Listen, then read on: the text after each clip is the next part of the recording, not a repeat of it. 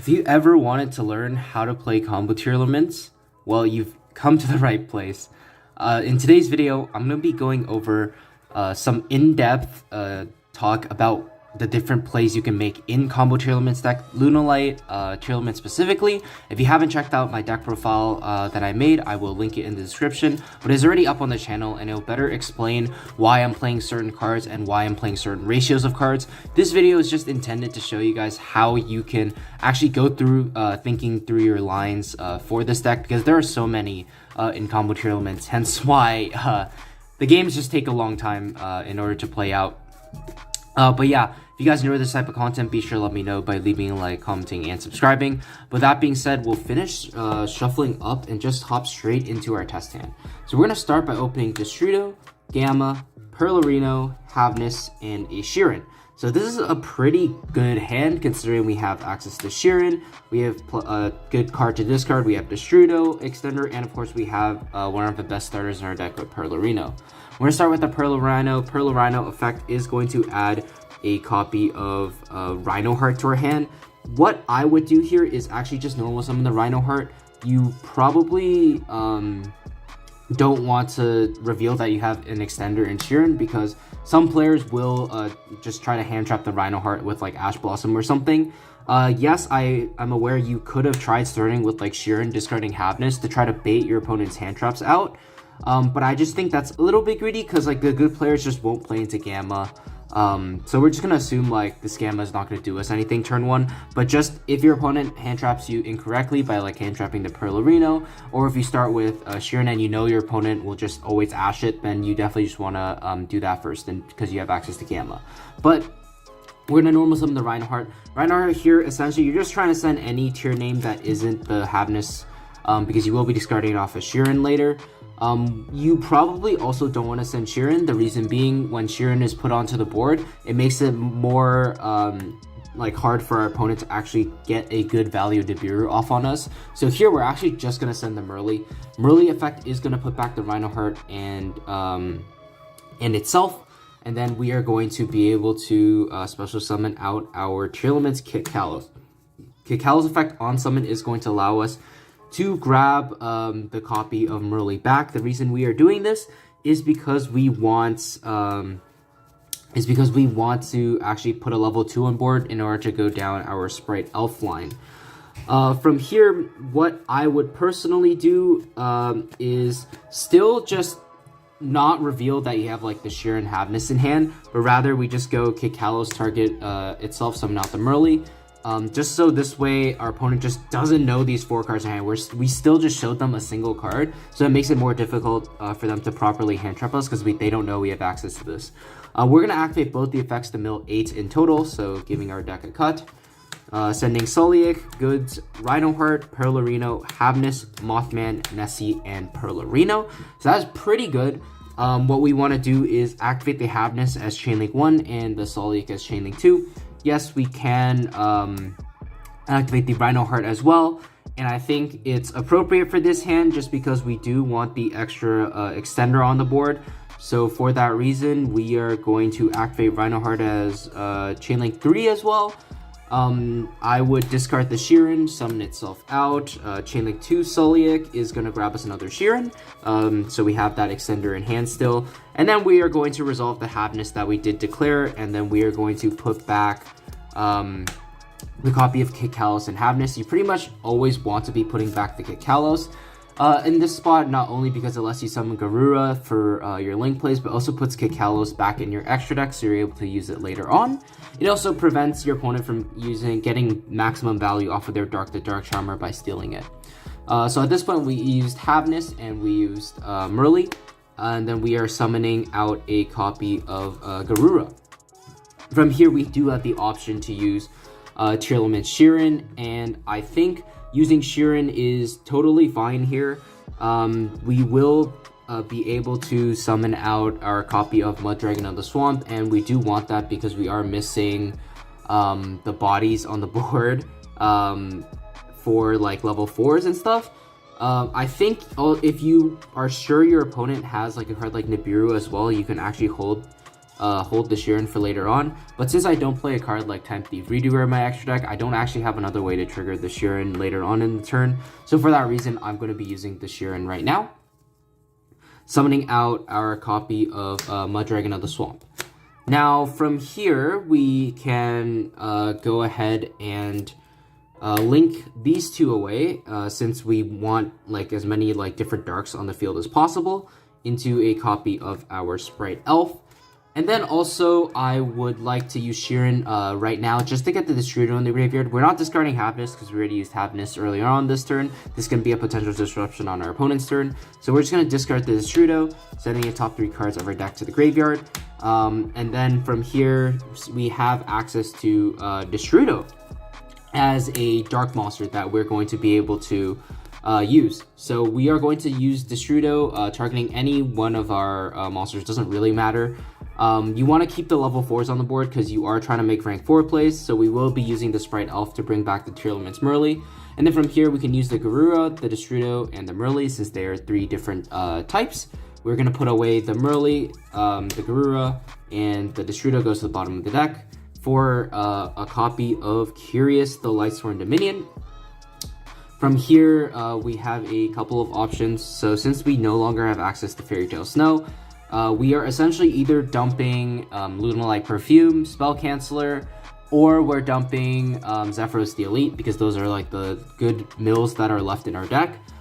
So I would definitely just activate Garura as Chain Link 2. Not only does it chain block like a potential Ash if your opponent somehow held Ash for this, but it also just gives us more information as to what we're playing with. So drawing the Lunalight Kaleido, that's actually perfect because now that pretty much means we are always sending the Lunalight Perfume to the graveyard because we have access to our Lunalight combo as long as we don't mill Lunalight Tiger off the mandatory 3 mills for Curious.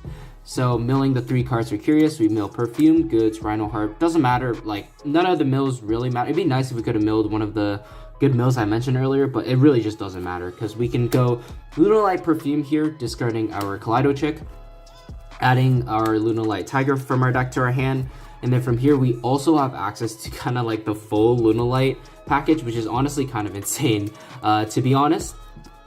From here, we if your opponent for some reason has held Nib for this long, we can punish them by actually making a copy of Appaloosa, and I think that's exactly what I'm actually going to do here. We are going to link these two into a copy of Appaloosa. Yeah, you probably could have done that before you went for the Perfume, but it's whatever. Now we have access to our Lunalight engine. So for those of you who were skeptical on why we're playing the Lunalight engine, this is kind of the reason why. It's going to be able to summon back a total of 3 level 4 bodies, which is pretty insane.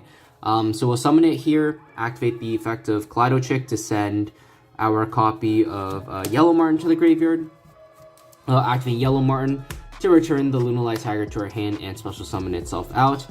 And then since we actually don't have access to Spell Canceller in the graveyard, we're actually unfortunately not going to be able to go down that line, but we still have a pretty good play with Nightmare Griffin because Nightmare Griffin against a lot of decks is also incredibly powerful. So that's kind of like the idea we're going down. We're going to go down Nightmare Griffin, or honestly, if you just know your opponent's like playing a graveyard deck, you could, I guess, just go straight for Dweller. But I'm going to be trying to go down the Nightmare Griffin line. We are going to overlay, yeah, I think we actually overlay here, because if we just link the 2 off for Dark, it kind of accomplishes the same thing that Feral Imps does, but Feral Imps actually just gets us 1 card deeper into our deck for a copy of Tsuchinoko, and then we are going to be able to then scale our Lunalight Tiger because we don't want to discard it off of Tsuchinoko, activate the Tsuchinoko. It like doesn't matter what you hit. The one that's least ideal is Tearlament's Havness. We can just assume like worst case scenario we do hit the Havness, so we don't have another monster in our hand to use on our opponent's turn. But then we summon it out, we draw a card, draw Jackalope. It's actually pretty good. Yeah, it's actually pretty decent. We're going to activate the effect next of Lunalight Tiger to be able to special summon back our Kaleido. And then from here, we do indeed have access to a Dweller, but also have access to a copy of Nightmare Griffin.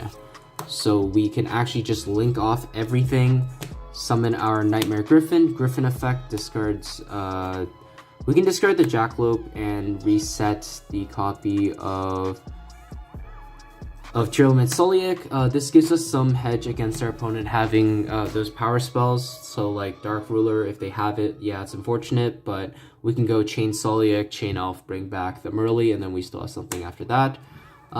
We can use the Danger Jackalope here.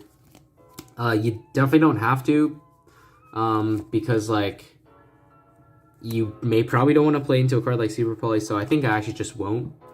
I'd save the Jackalope and get rid of the Gamma. And yeah, this is pretty much just where our end board is. This is definitely a pretty good end board, I would have to say, because we have Lunalight Tiger threatening 2 level 4s on the next turn. We have a copy of Elf protecting both our Appaloosa and our Griffin. We have a 2-negate Appaloosa. We have a Griffin, of course, is very difficult for our opponent to deal with. But we also have a way to actually protect the Appaloosa. So on our opponent's turn, we can go Sprite Elf, summon back Tearlament's Merly. If we're good enough to hit something, we hit something. But since we aren't, we miss. That's completely okay, because we can go Solic, sending the Merly, activating the Merly effect. Just put back 2 random guys. Summon Kikalos. We have a pop with our field spell. Kikalos is going to be able to dump another name that we haven't used yet. So for example, we can dump Havnus. Havnus effect can put back itself, the Sheeran, the Rhino Heart, summon out a copy of Kaleido Heart. So essentially we have Griffin, Appaloosa, Monster Negate, a pop, plus like a shuffle back with Kaleido Heart, and this is like, you just can't be super polyed with this board. At any point, like, you wouldn't be able to be super polyed, because I did specifically put back the Merly from my field. And the reason for that not only is to play around super poly, but also because you want to clear up the link arrows, so you have both of these effects that can be used under Griffin. So yeah, that's kind of just our end board. That's really good. We weren't able to end on Spell Canceller, unfortunately. Our hand was definitely good. Above average, but it wasn't good enough to where we could do this plus like a Spell Canceller. There will be hands where you can do that. There will be hands where you can't really do more than that. But it's also just important to remember, like, the Griffin did take up a lot of resources. The reason why I decided to go Griffin over Dweller is because going blind first into your opponent, I would usually just go for Griffin. Griffin is very good against a lot of decks, even the decks that Dweller is normally good against. So like, if you just consider the mirror match, like, this is still really good.